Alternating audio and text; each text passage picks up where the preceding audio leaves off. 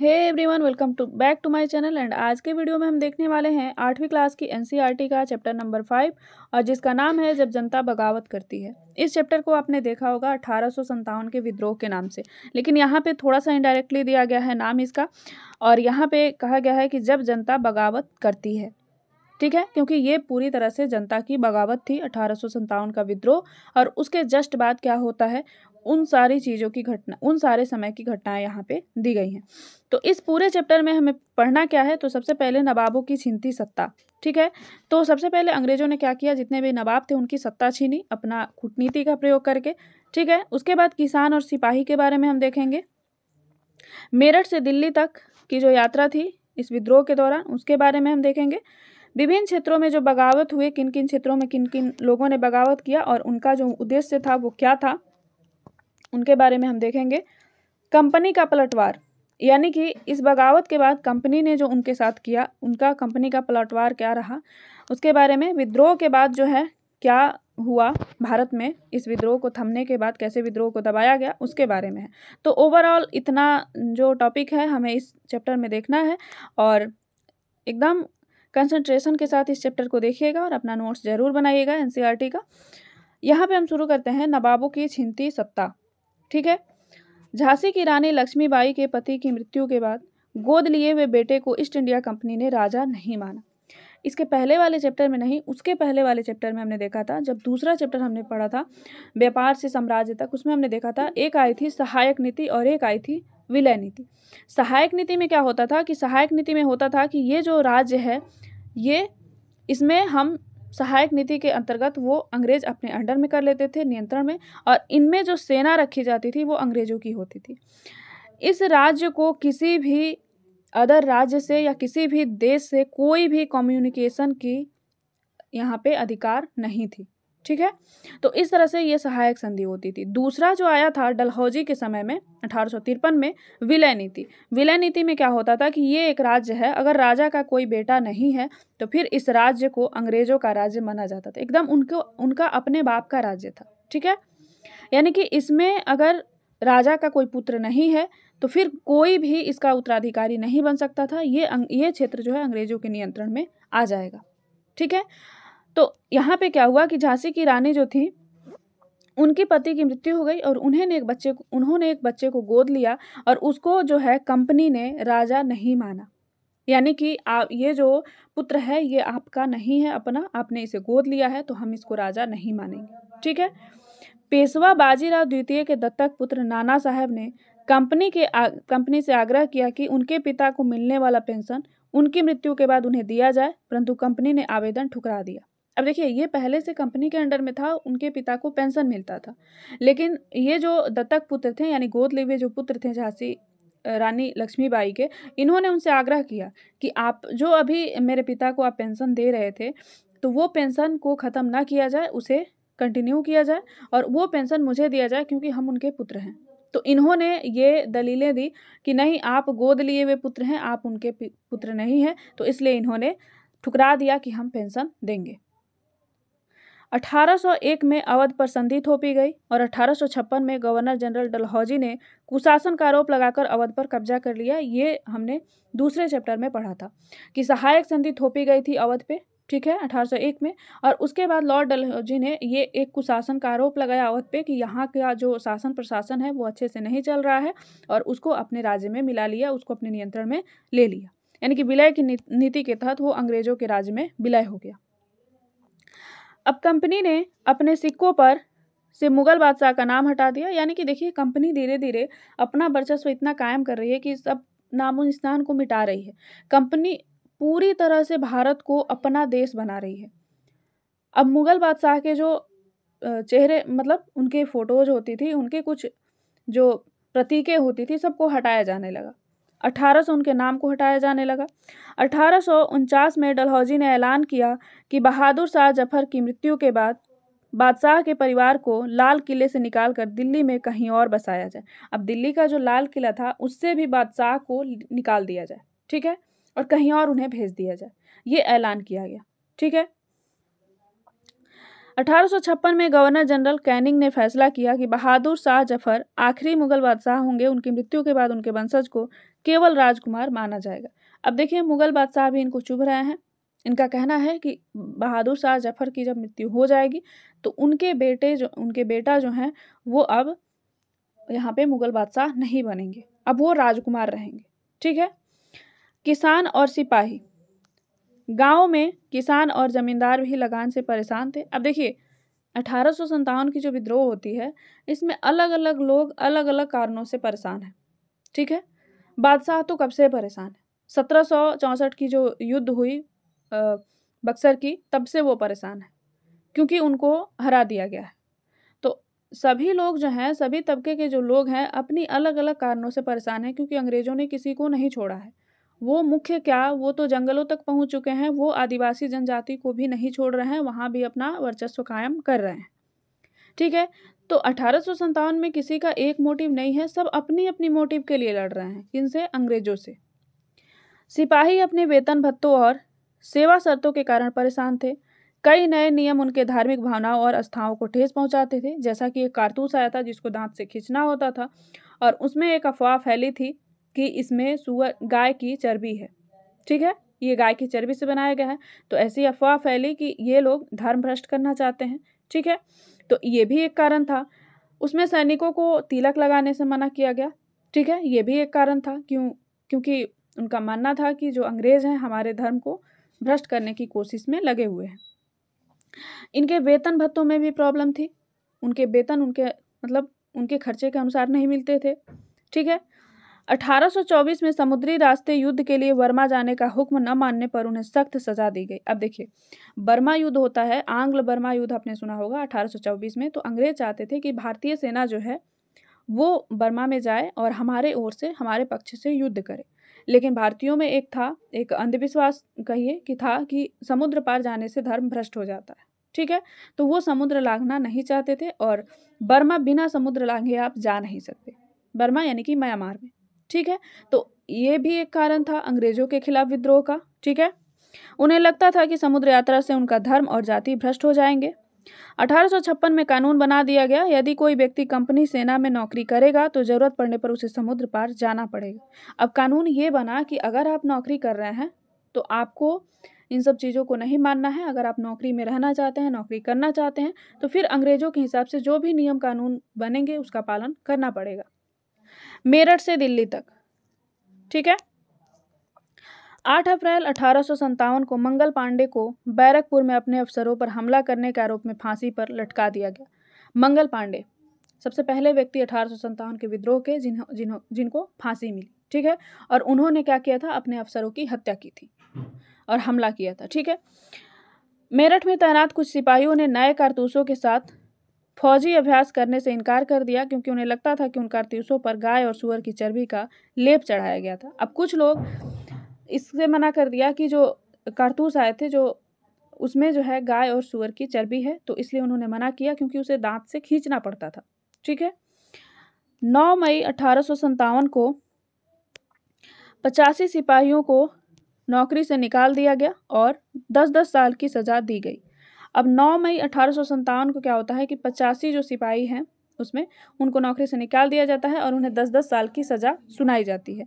10 मई को सिपाहियों ने मेरठ की जेल पर धावा बोलकर वहां बंद सिपाहियों को आज़ाद कराया। ठीक है, तो मेरठ की जेल में जितने सिपाही बंद थे 10 मई को वहां पे पहुंचकर उन्होंने उसे आज़ाद कराया। सिपाही पूरे देश में अंग्रेजों का शासन खत्म कर मुगल बादशाह को देश का शासन सौंपना चाहते थे। अब जो सिपाही थे, ठीक है, वो चाहते थे कि इस देश पर अंग्रेजों का शासन खत्म हो जाए और फिर से जो है मुगल बादशाह का शासन हो, क्योंकि वही उनके लिए अच्छा था। ठीक है, वो ऐसा मानते थे।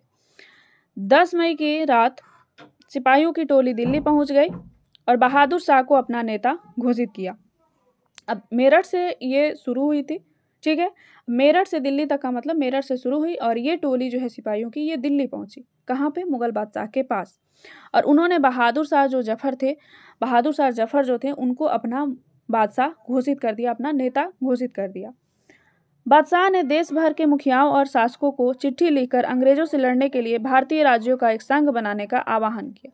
ठीक है, अब देखिए, अंग्रेज ये घोषणा कर चुके हैं कि बहादुर शाह जफर के बाद कोई भी मुग़ल बादशाह नहीं बनेगा। लेकिन लोग क्या चाहते हैं? लोग चाहते हैं कि मुग़ल बादशाह ही हमारे जो है नेता हो, हमारे बादशाह हो, हमारे राजा हो, अंग्रेज़ों का जो शासन है वो ख़त्म हो जाए। ठीक है, तो मुग़ल बादशाह को ये लोग अपना नेता मानते हैं और ये चाहते हैं कि फिर से हमारे भारत में भले ही मुग़ल शासन स्थापित हो, लेकिन अंग्रेज़ों का शासन जो है उसका खात्मा हो। छोटे शासकों और राजवाड़ों को लगा कि बादशाह के समर्थन से हम मुग़ल आधिपत्य में दोबारा अपने इलाकों पर शासन कर सकेंगे। अब जो छोटे शासक थे, सामंत थे, जो पहले से अपना राज्य पे अपने अपने छोटे छोटे राज्यों पे शासन करते थे, उन्हें ये लगने लगा कि अगर मुग़ल बादशाह का शासन हो जाएगा तो फिर से हमारा जो राज्य है वापस मिल जाएगा और हम अपने अपने शासन अपने अपने क्षेत्रों पर अपना शासन पहले की भांति कर पाएंगे। ठीक है, विभिन्न क्षेत्रों में बगावत। ठीक है, अब किन किन क्षेत्रों में बगावत होता है उसके बारे में यहाँ पे हम देखने वाले हैं। दिल्ली के बाद हर रेजिमेंट में सिपाहियों ने विद्रोह कर दिया और वे दिल्ली, कानपुर व लखनऊ जैसे मुख्य बिंदुओं पर दूसरी टुकड़ियों का साथ देने निकल पड़े। अब देखिए, जब मेरठ से दिल्ली तक ये सिपाहियों की टुकड़ी पहुंची तो ऐसा नहीं है कि सिर्फ वहीं तक हुआ, क्योंकि आपने अभी देखा बादशाह ने चिट्ठी लिखकर कई क्षेत्रों में चिट्ठी भेजा कि आप अंग्रेजों के खिलाफ लड़ें और आकर हमारा सहयोग करें। ठीक है, तो दिल्ली, कानपुर, लखनऊ जैसे सभी मुख्य बिंदुओं पर टुकड़ियों का साथ वो निकल पड़े। नाना साहब ने सिपाही टुकड़ियों के साथ ब्रिटिश सैनिकों को कानपुर से खदेड़ दिया। अब ब्रिटिश जितने भी अंग्रेजों के सैनिक थे तो नाना साहब ने कानपुर से नेतृत्व किया और अंग्रेजों के जितने भी सैनिक थे उनको खदेड़ दिया। ठीक है, लखनऊ से बेगम हजरत महल ने विद्रोह किया। अब लखनऊ से जो भी उनकी सेनाएं थी उनको लेकर जो बेगम हजरत महल थी उन्होंने विद्रोह किया। ठीक है, झांसी में झांसी की रानी लक्ष्मीबाई ने विद्रोह किया और साथ में नाना साहब के सेनापति तात्या टोपे थे, तो रानी लक्ष्मीबाई और जो तात्या टोपे थे उन्होंने जो है झांसी से विद्रोह किया अंग्रेजों के खिलाफ। एमपी जो है मध्य प्रदेश का मांडला क्षेत्र जो है उसमें राजगढ़ की रानी अवंतीबाई लोधी ने 4000 सैनिकों की फौज का अंग्रेजों के खिलाफ नेतृत्व किया। ठीक है, तो यहाँ पे एमपी में मांडला क्षेत्र में राजगढ़ की रानी थी अवंतीबाई, उन्होंने यहाँ से विरोध किया। 6 अगस्त 1857 को लेफ्टिनेंट कर्नल टाइटलर द्वारा कमांडर इन चीफ को भेजे गए टेलीग्राम से अंग्रेजों के भय का पता चलता है। ठीक है, 6 अगस्त 1857 को जो यहाँ पे लेफ्टिनेंट कर्नल है टाइटलर, ये कमांडर इन चीफ को टेलीग्राम भेजते हैं और इनसे पता चलता है अंग्रेजों के भय का, यानी कि अंग्रेज कितने डरे हुए हैं, क्योंकि हर क्षेत्र में जितने भी मुख्य पॉइंट हैं, केंद्र हैं, वहाँ से अंग्रेजों के खिलाफ विद्रोह हो रहे हैं। जहाँ भी जो राजा महाराजा है वहाँ से वो विद्रोह कर रहे हैं, लखनऊ से, कानपुर से, बनारस से, हर जगह से, दिल्ली से, मेरठ से, हर जगह से विद्रोह हो रहा है और सेना की टुकड़ी मतलब एक जगह से दूसरे जगह जा के और अंग्रेजों के सैनिकों को मार रही है, खदेड़ रही है, उन्हें भगा रही है। फैजाबाद के मौलवी अहमदुल्ला शाह अपने समर्थकों के साथ अंग्रेजों से लड़ने लखनऊ पहुंच गए। ठीक है, बरेली के सिपाही बख्त खान ने लड़ाकों की विशाल टुकड़ी के साथ दिल्ली गया। ठीक है, तो यहाँ पे बरेली के जो सिपाही थे बख्त खान, इनके बारे में कई बार क्वेश्चन पूछा गया है। तो यहाँ से एक विशाल टुकड़ी लेकर ये दिल्ली गए अंग्रेजों के सैनिकों से लड़ने के लिए। बिहार के पुराने जमींदार कुंवर सिंह ने भी विद्रोही सिपाहियों के साथ महीनों तक अंग्रेजों से लड़ाई लड़ी। ठीक है, तो बिहार से, यूपी से, मध्य प्रदेश से, झांसी से, हर जगह से अंग्रेजों के खिलाफ विद्रोह होने लगे। जो मुख्य जो क्षेत्र थे, जो राज्य थे जहाँ पे ये लोग शासन कर रहे थे, अपने शासन प्रशासन को बचाने के लिए अंग्रेजों के खिलाफ लड़ने लगे। अब देखिए कंपनी का पलटवार क्या होता है। ठीक है, अब इतने सारे विद्रोह हो रहे हैं तो आखिर कंपनी तो चुप बैठेगी नहीं, तो फिर कंपनी इनके खिलाफ क्या करती है, तो कंपनी ने इंग्लैंड से फौजी मंगवाए, नए कानून बनाए, विद्रोह केंद्रों पर धावा बोला। इस तरह सितंबर 1857 में दिल्ली दोबारा अंग्रेजों के कब्जे में आ गया। अब देखिए कंपनी क्या करती है कि इंग्लैंड से सबसे पहले फौजी मंगवाती है, ठीक है, और नए कानून बनाते हैं। देखिए अंग्रेजों का सबसे बड़ा काम क्या था कि जैसे ही कुछ होता था ये कानून तुरंत बनाते थे। ठीक है, इनका काम था तुरंत के तुरंत कानून बनाना, और कानून के तहत ही आप देखेंगे सहायक नीति, विलय नीति, इन सब के तहत ही इन्होंने भारत के सारे साम्राज्य क्षेत्रों पे कब्जा कर लिया, अपने नियंत्रण में कर लिया। विद्रोह केंद्रों पर धावा बोला। ठीक है, जो भी विद्रोह के केंद्र थे, जहाँ जहाँ से विद्रोह हो रहा था, इन्होंने फौज मंगवाए और कुछ कुछ फौज लेके सभी लोग नेतृत्व करते हुए अलग अलग लोग, और उन सभी विद्रोह केंद्रों पर धावा बोला जहाँ से जो लोग हैं, भारतीय लोग हैं, वो विद्रोह कर रहे हैं। ठीक है, और दोबारा दिल्ली को अंग्रेजों ने अपने कब्जे में ले लिया। कब? सितंबर 1857 में। अब क्या होता है, अब दिल्ली कब्जे में आ जाती है, नए कानून बन चुके हैं। अब क्या होता है कि बहादुर शाह पर मुकदमा चलाते हैं और उनके बेटों को गोली मार दी गई। उन बहादुर शाह जफर के बेटों को, जिनको कहा जा रहा था अंग्रेजों के द्वारा कि इसके बाद वे सिर्फ राजकुमार रहेंगे, यानी कि मुगल बादशाह नहीं बनेंगे, उनको नहीं छोड़ा गया, उनको गोली मार दी गई और बहादुर शाह पर मुकदमा चलाया गया। बादशाह और उनकी पत्नी जिन्नत महल को अक्टूबर 1858 में रंगून जेल भेज दिया गया और 1862 में बादशाह की मृत्यु हो गई, यानी कि किस्सा खत्म। बादशाहों की किस्सा यहीं पे खत्म हो गई। ठीक है, 1800 सितंबर में दिल्ली कब्जे में आया, अक्टूबर 1857 में उनको रंगून जेल भेजा गया और 1862 में मृत्यु हो गई बहादुर शाह जफर की।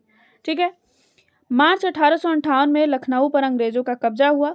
जून 1858 में लक्ष्मीबाई अवंतीबाई लोधी की शिकस्त हुई। ठीक है, तात्या टोपे छापामार युद्ध चलाते रहे। ठीक है, वो छुप छुप कर कहीं कहीं से युद्ध को उन्होंने कंटिन्यू रखा।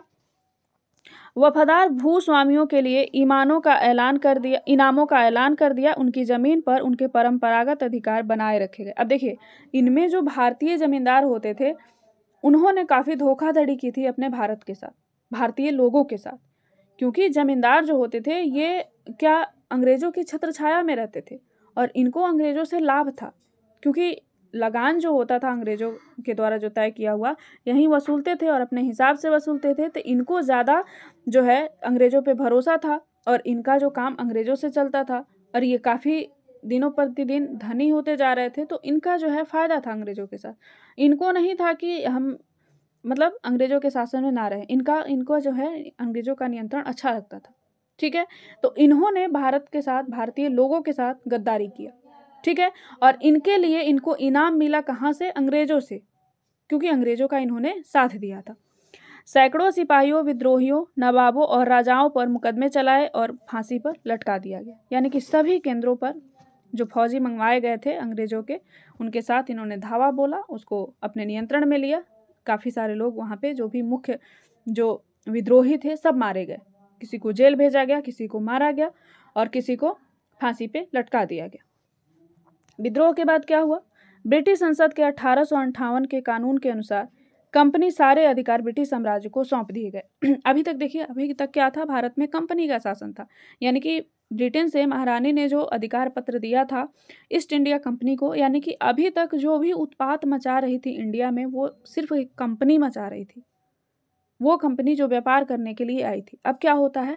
अब जो है कंपनी से शासन छीन लिया जाता है। ब्रिटेन की सरकार जो होती है वो कंपनी से पूरा शासन छीन लेती है और उसके बाद क्या हुआ कि भारत के जितने भी साम्राज्य हैं जो ईस्ट इंडिया कंपनी के नियंत्रण में था, उसको क्या हुआ? ब्रिटिश भारत घोषित कर दिया गया कि ये अब ब्रिटिश का है। ठीक है, ब्रिटिश मंत्रिमंडल के सदस्य को भारत मंत्री के रूप में नियुक्त कर भारतीय शासन संबंधी मामलों को सौंप दिया गया। ठीक है, ब्रिटिश मंत्रिमंडल में एक सदस्य थे जिनको भारत मंत्री के रूप में नियुक्त किया गया और भारत से संबंधित सभी मामलों को इनको सौंप दिया गया और उसे सलाह देने के लिए परिषद का गठन किया गया जिसे इंडिया काउंसिल कहा गया, यानी कि भारत परिषद, और भारत के गवर्नर जनरल को वायसराय बना दिया गया।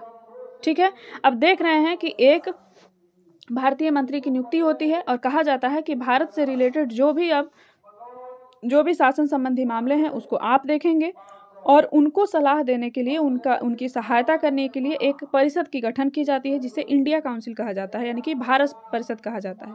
ठीक है, और भारत का जो गवर्नर जनरल है उसे अब वायसराय बना दिया जाता है, यानी कि और भी शक्तियाँ उनकी इंक्रीज की जाती हैं। ठीक है, सेना में यूरोपीय सिपाहियों की संख्या बढ़ाई गई। मुसलमानों की जमीन व संपत्ति बड़े पैमाने पर जब्त की गई। अंग्रेजों ने भारतीय लोगों के धर्म और सामाजिक रीति रिवाजों का सम्मान करेंगे, ऐसा उन्होंने वादा किया। ठीक है, भूस्वामियों और जमींदारों की रक्षा करने तथा जमीन पर उनके अधिकारों को अस्थायित्व देने के लिए नीतियां बनाई गई। ठीक है, यानी कि कुछ मतलब भारतीयों को खुश करने का काम किया गया, कागज में ही सही लेकिन किया गया। ठीक है, तो इस तरह से ये था 1857 और उसके बाद की बातें।